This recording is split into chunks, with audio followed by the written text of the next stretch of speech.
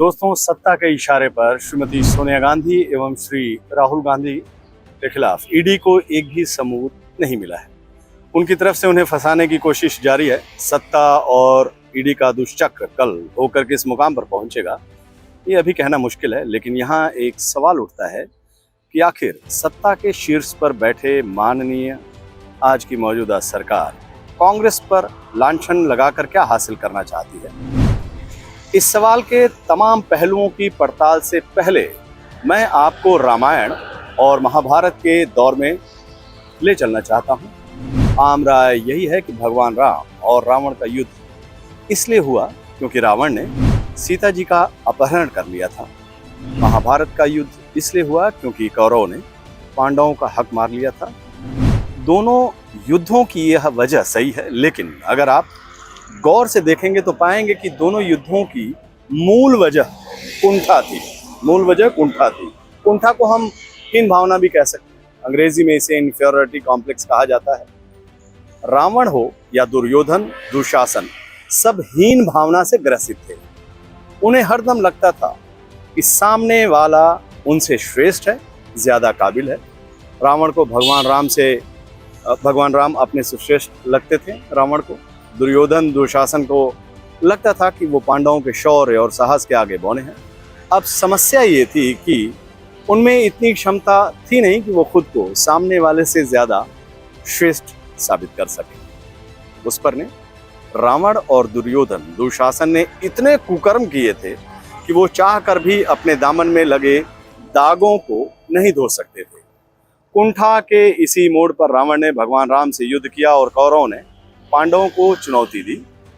दोनों युद्धों का नतीजा क्या निकला ये आप सबको पता है, उसे अलग से बताने की जरूरत नहीं है। हाँ, मैं इन दोनों पौराणिक प्रसंगों के जरिए सरकार की मनोदशा और कांग्रेस के प्रति उनके रुख की पड़ताल जरूर करना चाहूँगा। आपने गौर किया होगा कि ये सरकार जब से सत्ता के शीर्ष पर काबिज हुई है, तब से वो कांग्रेस के नेताओं के प्रति एक अलग किस्म की नफरत पाले हुए हैं। पंडित जवाहरलाल नेहरू जी से लेकर श्री राहुल गांधी तक सभी उनके नफरती निशाने पर होते हैं। उसी कड़ी में अब उन्होंने कांग्रेस अध्यक्षा श्रीमती सोनिया गांधी को लांछित करने का अभियान शुरू किया है। अब लौटते हैं पुराने सवाल पर। आखिर इन लोगों को लांछित करके सरकार जी क्या हासिल करना चाहते हैं। इस सवाल की पड़ताल के लिए आप कुंठा मतलब इन्फीरियरिटी कॉम्प्लेक्स वाले पहलू को ध्यान में रखते हुए मौजूदा सरकार के चाल, चेहरे और चरित्र की पड़ताल जरूर करें। सरकार जी गोदी मीडिया, बीजेपी के आईटी सेल और देश दुनिया के महंगे पीआर एजेंसियों के जरिए अपनी छवि चाहे जितनी चमका लें, लेकिन ये बात पूरी दुनिया को पता है कि उनके दामन में कई तरह के दाग लगे हुए हैं। गुजरात दंगा सबसे बड़ा दाग है। सांप्रदायिक राजनीति, नफरत और उन्माद से भरे बोल, उद्योगपतियों के साथ पतित गठजोड़, झूठे वादे, नफरती इरादे, आजाद भारत की सबसे बड़ी बेरोजगारी और आसमां छूती महंगाई, इस तरह के तमाम तगमे मौजूदा केंद्र सरकार जी को हासिल है।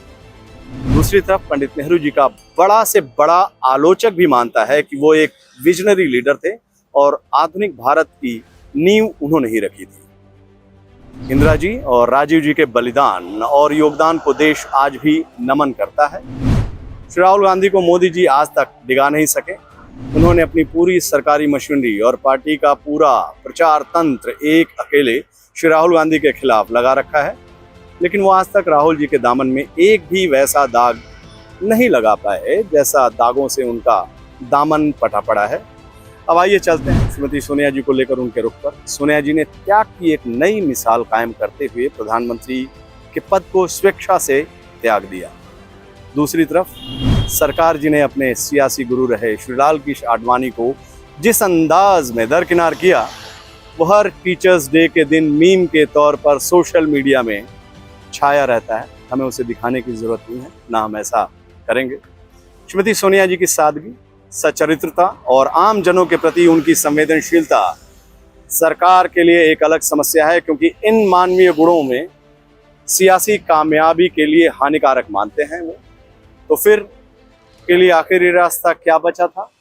वही रास्ता जो कुंठा से पीड़ित रावण के लिए बचा था, वही रास्ता जो हीन भावना से ग्रसित दुर्योधन दुशासन के लिए बचा था।